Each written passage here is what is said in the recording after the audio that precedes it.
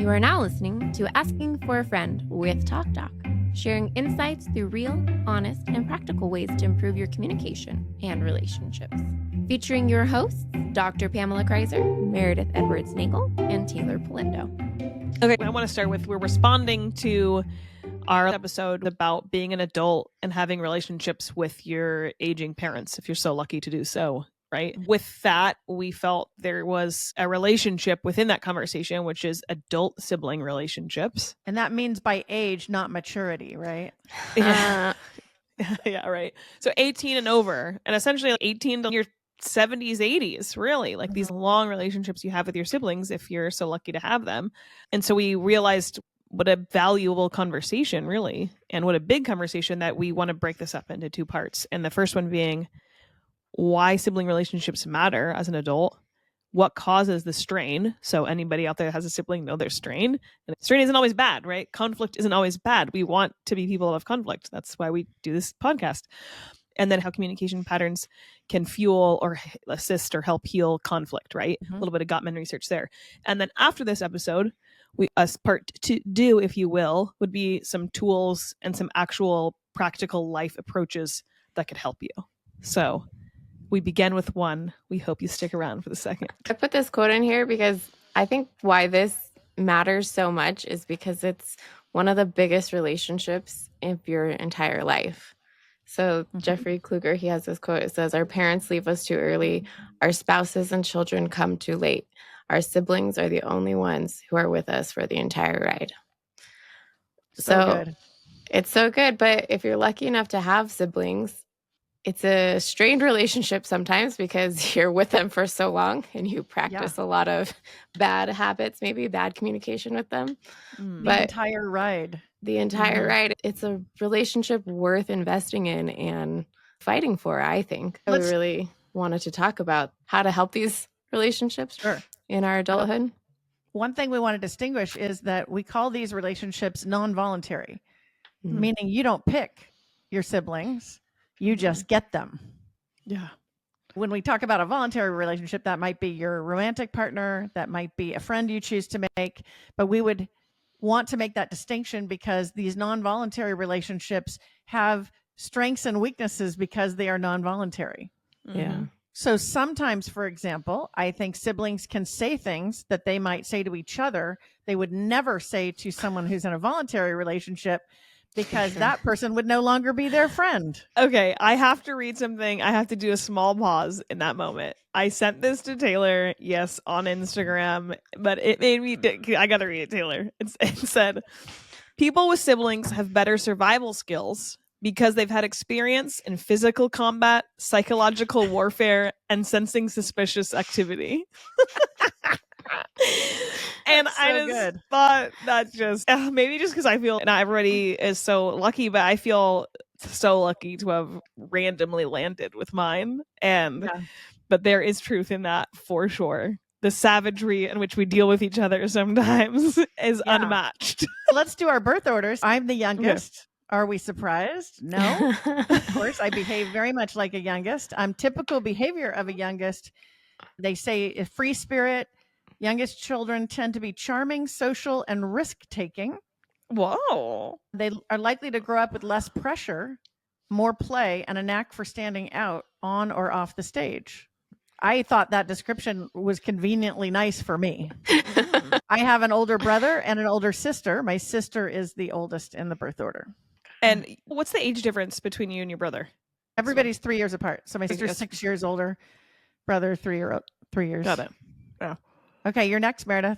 So I am in the middle, but I think it's a strange middle. I definitely feel I'm in the middle now as I'm older, but as a young kid, it was interesting because my sister's almost 9 years younger than me. It's me and my brother, and we're 3 years apart. And then we had a cousin that's essentially like a sibling to us now that's 5 years older than me that lived with us for a period of time. But then I was almost 9, my sister was born. So I'm the middle, but I also feel like the baby in some ways and also feel like the oldest sometimes with her. But I'm in the middle. Middle child, you are the peacekeeper, the diplomat, sometimes the mystery of the family. I don't know what that means. I'm going to say it's good. Middle children tend to be flexible and social, but sometimes feel overlooked. Studies show that they can develop strong negotiation skills and friendships outside of the family. Oh, not too shabby. Not too far off. My nickname in the family is actually Middle, which is interesting. That's what my dad calls me. My dad just calls me Middle. Funny. Okay. That's funny. Okay. Teighlor. I too am a baby. They stopped when they got it right. But I have two older brothers, so I'm the only girl. And so sometimes I feel like the oldest. And then also I was the first married, first to have kids. In a lot of ways, I don't necessarily always identify with the baby thing. Yeah. So let's talk about the firstborn. Classic firstborns tend to be responsible, reliable, and achievement oriented. Research suggests that firstborns are often leaders and perfectionists due to early responsibility and parental focus. Think president, CEO, or boss of the friend group. Yeah, I'm going with Teighlor in that one in the family. I think I identify with those things more than my oldest sibling. They did stop when they got it right. I get it. No, but I think we could also say, too, that is a good comment for anyone listening to this episode. You don't necessarily are defined by your birth order. Yeah, we're having fun with it, but this doesn't mean you are that thing. And so let's talk about onlys. That's our other birth order category. Onlys tend to be thoughtful, mature, and sometimes a little perfectionistic. Only children get adult attention 24/7 growing up, which can lead to strong verbal skills, confidence, and independence. You're like a firstborn squared. There you go. Hey, that's the research on birth orders. I know some pretty great people that are only children. And 20% of our households in the United States are only children. Yeah. All right. So why does this matter, Meredith? Tell me. I could tell you why it matters, because I have siblings. I'm an adult. I have adult parents. And I think the quote says it pretty well, but it matters to me because these are relationships I intend to keep my entire life. Yeah. And there is research that says 1 in 10 people have estranged or at least very tension-filled relationships with siblings. And that's too much for me to not want to work on this. Yeah. Yeah, I like what you said, Teighlor. They're with you the entire ride. The whole time. And what a ride it is at times. Yeah. All the different versions of yourself that you become. Yeah. I think a common theme between the three of us is that we're very close with our siblings. I feel very close with my brothers. I don't know why necessarily, if it was because we were homeschooled, so they were like classmates, playmates on top of siblings. My husband always jokes, he's, which one did you take to prom? I'm like, get out of here. That's so stupid.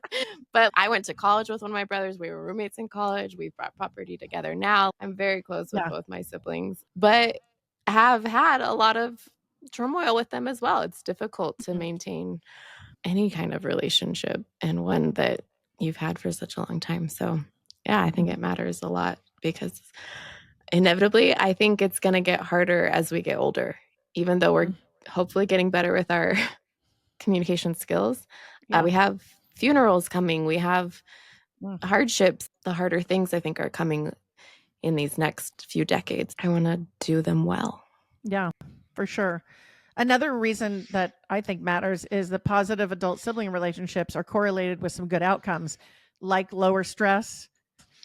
And I think we can say that just generally, when you think about having existing tension, if you have a lot of it in a lot of places or in central places, that's not a great way to live. And so it's good to manage some of that tension out. But I would agree with you, Teighlor, that big things come. And I've been through many of them. Yeah. And that experience matters directly how your relationships are, right? How you handle a funeral, how you handle someone going into the hospital, how you handle any kind of strife. I would imagine. Dealing with aging parents. Yeah. That's a big one. Yeah. And I would say my relationship with my siblings was very tested in the last few years. And we tend to really agree on the big things, I'm happy to say, which kind of makes all the small things fall away. That's good. The other part, I think, why this matters, because I've witnessed my family, my grandparents, my parents struggle with their siblings at times. And now I have 3 siblings that I'm raising. And I've seen a lot of people just cut people out of their life. And I get it. It's okay. It's easier. It's easier to pick friends who you don't have this lifelong struggle with. But what are you teaching your kids then? Are you okay with your kids not talking at some point? Because I would That I'm would not break saying my that heart. sometimes it's necessary. I think Yeah, of there's course. sometimes, but yeah, you're saying in your experience, you have family. Yeah, I have my grandfather and his sister just didn't speak, and we'd go visit, and Yeah. they lived 2 blocks from each other, and you weren't allowed to tell that you saw the aunt or the. It's like a weird, very weird dynamic. And then I have some other distant family. Siblings don't speak. It's typically after the parent has passed away, which is Interesting. sad to me. But right now, when I look at my boys, I can't imagine them at some point in life not being in each other's lives. So I want this to go well for them. I want to model it, and I want to learn it myself. I think model it and also encourage it. When our kids were in college and didn't have full-time jobs, they had less money, but we wanted them to stay in touch. But they said to us is, it's hard to meet up for lunch or dinner because we don't really have money to do that. So we're trying to look for ways to connect with each other. And my husband and I decided we're going to buy dinner or lunch whenever you get together. If it's a sibling dinner, mom and dad treat. I love that. That's actually very clever. It's really sweet. Well, we said we're not trying to make you impoverished and put expectations, but they said we would see each other, but we have to pay gas to go to the other town, and they didn't all live in the same town, and is expensive. And so they didn't abuse it too much. But yeah, sibling dinner is what we'd call it. And we just supported that because of the commitment that we have to foster those good relationships among the adult kids. Yeah. So it's awesome. Yeah. So a lot of good reasons for bothering with this conversation, I think.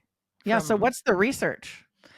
I like the research we found. I really like this article that was pulled from the Journal of Family Psychology back in 2019. And they found typically that these older people would report that their relationships with their siblings were positive with regular contact. The thing highlighted to me in that research was that the sister pair had a warmer sibling relationships and other gendered compositions that they talked about. Yeah. Essentially, my brain went to, wow, when I wanted to have kids, went from the didn't want them stage. Yeah, I want to have a boy and a girl. That was my thought, what I wanted. Yeah. And I remember when I found out I was having a second girl, judge me or not, people, there was a moment where I was sad because I realized, okay, I'll never have a son because I don't want any more kids. And then reading this, I was like, wow, so maybe I gave them the best opportunity for success with no control over the situation. Yeah. But yeah, so. That's interesting. So you have 2 girls, Teighlor has 3 boys, and then I have 2 boys and a girl. And so we have lots of different flavors out there. Yeah. What you were saying is that even beyond just sisters being the warmer of the two, same-sex siblings tend to have, better relationships? Just they tend to have warmer, overall. Yeah, typically. And I can attest to that with 2 older brothers because I'm like, oh, they're buddies, and I'm the odd one out. I feel like that's my experience with my sister and I. I would say, I think over time, they don't always stay in the same pairing. Yes. So agreed. With 3 kids, you'll have a time where the older and the youngest are bonding. Then you'll have a time where the middle is with the youngest or the oldest. So there's different things that happen through the maturing life cycle, I would say. Yes. Yeah. From that research, the biggest takeaway for me is that sibling warmth is negatively associated with loneliness. So the sense of loneliness is diminished with a quality relationship with your sibling. Well, we wouldn't say it's causal, though, because this is a correlation study. So we would say that they're associated. If you have a good relationship with your sibling, it doesn't equal you're not lonely. It's just saying they tend to go together. So basically, if you have positive sibling relationships, they tend to find that it's less depression, less anxiety, hostility, and loneliness. Okay. And I was wondering about that because as you get older in life, if you've had a family, you focus on that. So your friends may not be around so much. They're busy with grandkids or whatever. So then you go back to the family roots. We still have friends when we're old, Teighlor. Forever and ever. Okay, good. Don't stop being my friend. I thought it was interesting, the researcher that said not only do these relationships last long, but they last longer than most marriages. Yeah. I was like, wow, I'm really stuck with these people. Yeah. Sorry, siblings. That's what I mean by like That the makes different sense. versions of yourself, right? Yeah, I was a child. I was an adolescent. I was a young adult.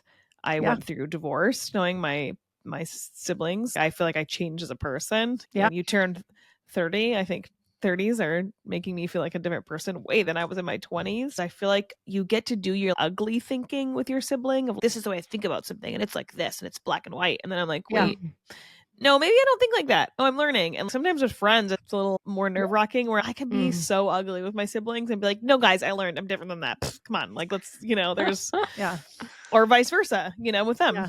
But that's the non-voluntary relationship.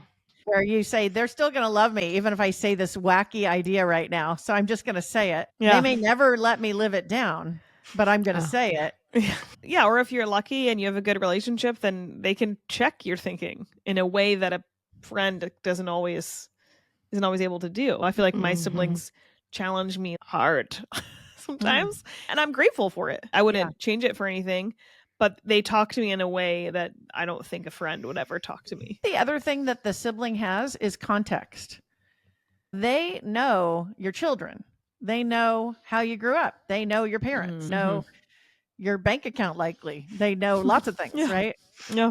They just have tons of data on you. And so that I think makes it potentially a great relationship, really, because they have full context of why this would matter. This thing you're saying, how you maybe got to that idea because they know the history, they know the relationship. Yeah. It reminds me of you said to study well the people that you love. And I feel like with your sibling, they study you for so long in your life. And the more data that you're going to have together to have an understanding of them as a person and that they have of you. So you said that your name is Middle. Do the other two have names? That's just my dad's nickname to me. I don't know. I'm called the communication person. Oh, really? That's what they call me. It's a really creative name. Yeah. And that's whenever we have like a conflict, a problem, somebody needs to be talked to, or we have to say something that might be difficult. They say, let's get our communication person to do this. And then, of course, I have called myself the favorite on some occasions just to troll my siblings. Yeah, you would do that as baby. And I definitely troll them. So I have referred to myself for many decades as Fave, F-A-V-E, all caps. And I used to sign the birthday cards and things to my parents, Fave. I did that to my grandfather at a table and he looked at me and I said, well, I guess it's true. Because he didn't know it was for me what he did. So I used to troll them a lot. And I do know that that's sometimes said about the youngest one. So let's say we would be opening up cards from our parents and maybe there's a small check in there or something. I would always go, oh, that's too much. And shut it right away. And my siblings would look at me like, what? Did she get more than us? Kind of, and they just fell for it every time. Oh my God. Every single time. I love it. And I'd be like, nope, no, that's too much, Mom and Dad. And they just looked at me like, really? You little shit. Really? Oh my gosh. So anyway, Teighlor, you have any names for your siblings or labels? There is something to birth order. There are some universal things that I've already started to notice. And both of my parents were middles. And I felt like they would baby the middle because they both were these middles. That checks out. Are yours middles too? Your parents are both middles? No, mine are both firsts. Oh, so okay. they took care of the first. Okay. Checks out. I'm getting it. I'm picking up what you're putting down there. But just something about the pace, the slow pace, a middle child being slow. And then I've already started to notice this with my middle child. It's like a thing. Like leisurely, like they take their time. Yes, take their time. Oh, okay. Because when you're trying to go somewhere in a hurry and your middle child is just moving, just crawling on the floor. And they're leisurely in their movements. Just slow eaters. They'll sit there for an hour at the dinner table. All right. Anyways, slow. That's funny. Okay. Okay. Do we want to touch on a little bit more research? Yeah. Because I liked that Dr. Carl Pillamar, his research talked about how estranged relationships are so common. He found 1 in 10 people have these disconnections, right? Yeah. From their siblings. And he talks about how sibling conflicts come from past raising, whether that's how your birth order played with how your parents raised you, favoritism, whether it was real or just seen by the kids, and how things like past traumas, how those things show up in your adult sibling relationships. And it said basically that your present conflict comes from your past, which is a really interesting concept to think about. unresolved past, maybe, or just It could be. stories you make up in your head about I mean, the how past, or could you truth about the past? possibly resolve your whole childhood? I can't even touch that. It's so long. It's 20 years of things that we just swept by. And Yeah. we're never going to go address every single thing and all those Yeah. stories we made up about some meaning of something. No, so that's that true. makes sense why these are difficult relationships. It's a lot of unresolved conversations. Yeah. I thought it was interesting that researcher also said that caregiving duties, estate planning, and parental favoritism can be really big triggers of sibling breakdowns. And I would say absolutely. Oh, yeah. Oh, yeah. And Absolutely. I actually thought what you would hear him the most was the unspoken assumptions. Yeah. Hopefully the point of what we're doing in these 2 episodes is have the communication with your sibling. There's all of these things. So you should do that. This is how you should care for them. You should behave like this or whatever, or live here or do this work or be this way in the family. And embarrassingly can say, yeah, I had moments or I thought that about some of my siblings. Like, why am I doing this? You should be doing X, Y, and Z too. And how that creates all these quiet under the rug issues. Sentence. Yeah. And I think it's tricky because you have so much history. It's a logical extension of that history that you would assume you're on the same page. Yeah. An actual logical extension, because we have all this history. Of course, we're going to do this caregiving or this regarding the bank account or whatever. That is not always the case. And also this research is from Dr. Carl Pillamar. He's the professor of human development at Cornell. And this large scale study he did, it's called the Cornell Family Reconciliation Project. Yeah. And I loved what he said about this, which was sometimes there's things in our past that trip us up, like objects that impede us from being close to each other. It might be who was the favorite. It might be who was responsible, or what I liked when what he said, who got away with what. I don't know why I thought you would enjoy that part. Well, we all have secret info. Yeah. I remember one time my brother was sneaking home because he didn't want to click the deadbolt and trip off our parents that he was out. So he climbed up the roof to go in through his window, and I almost knocked him off the roof because I thought it was a thief. Oh my gosh. Because it was summer and the window was open, and I was like, oh my gosh, I was going to pick up my lamp and knock him off. And we never spoke about that with our parents. Yeah. I love it. There's certain info that stays sibling info. Yeah. Yeah. It's better that way.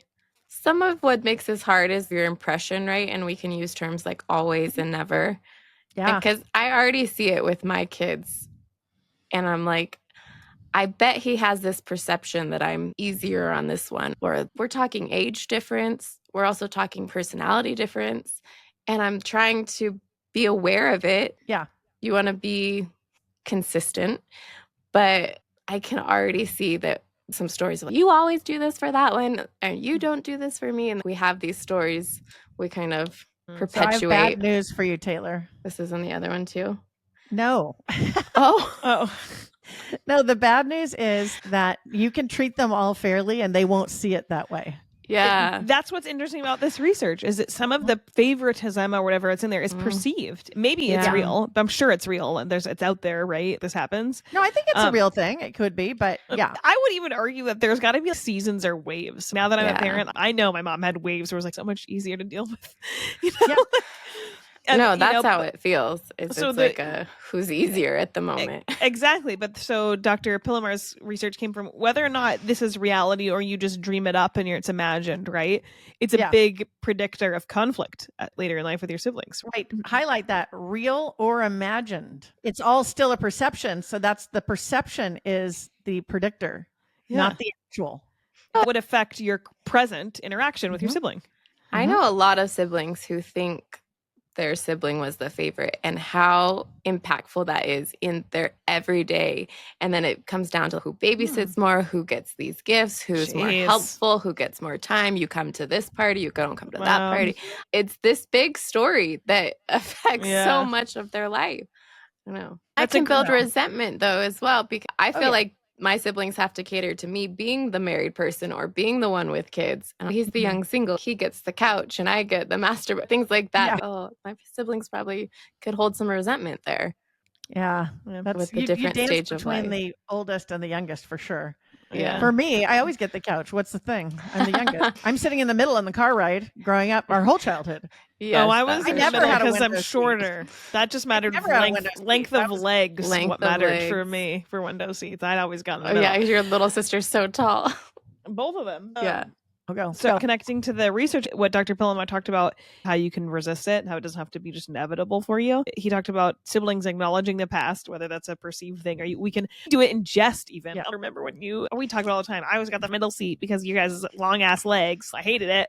Acknowledge the past, right? Express any regret that you might have and set realistic expectations moving forward, which is a cool way to say, yes, there's non-voluntary relationships. In some ways, you're stuck with them. I'm happy to be stuck with mine. I want to be. But there's things we can do, and research helps us know to be able to move forward in a more fun and even peaceful way the older you get. Really, there's so much joy in these relationships. We've done so many decades of work.